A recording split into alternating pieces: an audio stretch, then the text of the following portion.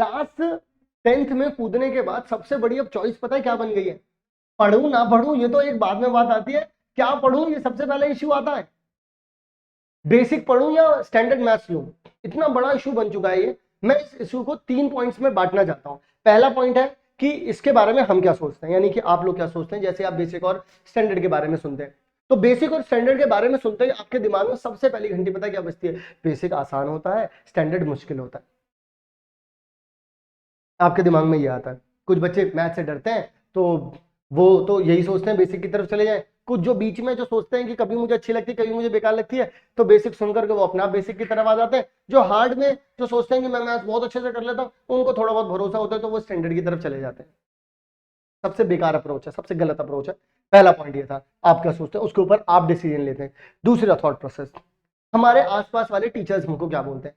आपके आसपास वाले टीचर्स चाहते हैं कि आप लोग सिक्योर रहें, तो वो आप लोगों को सबसे पहली सलाह क्या देंगे? जैसे घर वाले सबसे पहली सलाह क्या देंगे? अगर मैं घर वालों से आके कहूंगा कि मैं जॉब नहीं करूंगा, मैं बिजनेस करूंगा, तो घर वाले बोलेंगे, घर वाले तुम्हें सिक्योर रखना चाहेंगे, तुमसे बोलेंगे नहीं बेटा तुम नौकरी करना, ये सेफ है, हर महीने एक पर्टिकुलर डेट को तेरे पास जो है वो पैसे आ जाएंगे, तो ये कर लेना। घर वाले ये बोलेंगे। लेकिन एक्चुअल में जब तुम जो करना चाह रहे थे या जो तुम्हें धूम मचानी थी पूरी दुनिया में, वो तुम कुछ दूसरी चीज करके कर सकते हो। तुम बोलोगे मुझे यूट्यूबर बनना है, तो तुम्हारे घर वाले बोलेंगे पागल, कोई ढंग की जॉब कर ले, वहां मंथली कुछ ना कुछ आता रहेगा, यूट्यूब का क्या कोई भरोसा है क्या?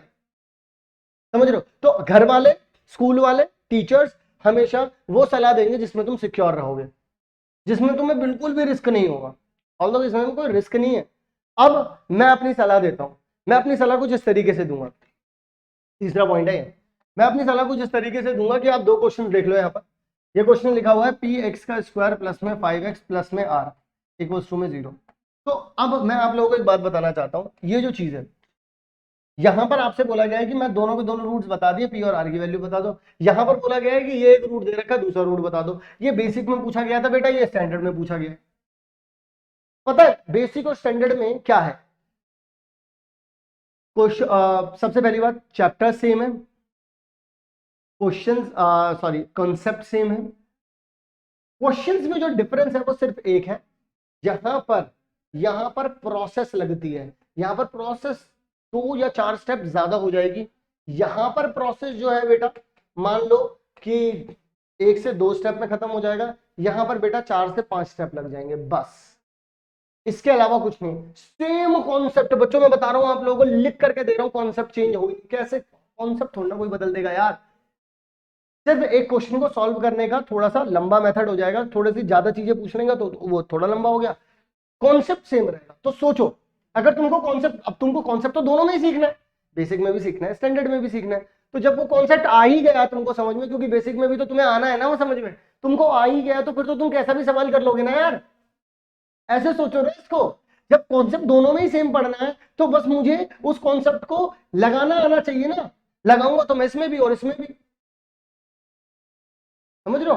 तो क्या फर्क पड़ता है कि मेरे पास एक ऐसी सीढ़ी हो कि मैं 3 कदम में एक उस पर पहुंच जाऊंगा, दूसरी मंजिल पे पहुंच जाऊंगा, और क्या क्या फर्क पड़ता है कि अगर मुझे तीसरी मंजिल चढ़नी है कि मुझे ज्यादा सीढ़ियां चढ़नी पड़ेंगी। तो ठीक है ना, मुझे सीढ़ी चढ़नी तो आती है ना, मुझे बेसिक्स तो आते हैं ना, मुझे कॉन्सेप्ट तो आता है ना, एक सीढ़ी से दूसरी सीढ़ी पे कैसे जाना होता है मुझे ये तो आता है ना, दैट्स ओके।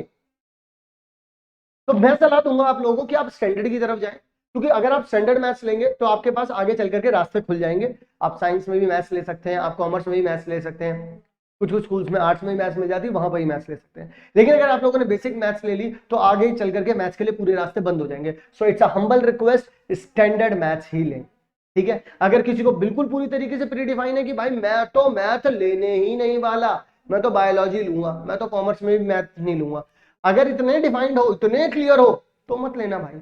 लेकिन मैं फिर भी कहूंगा स्टैंडर्ड मैथ्स लेना, बेसिक की तरफ मत जाना। लास्ट ईयर बहुत बच्चे रो रहे थे कि सर हमने बेसिक मैथ्स ले ली, लेकिन जब आपसे पढ़े तो हमको स्टैंडर्ड मैथ्स भी इजी लगने लग गई।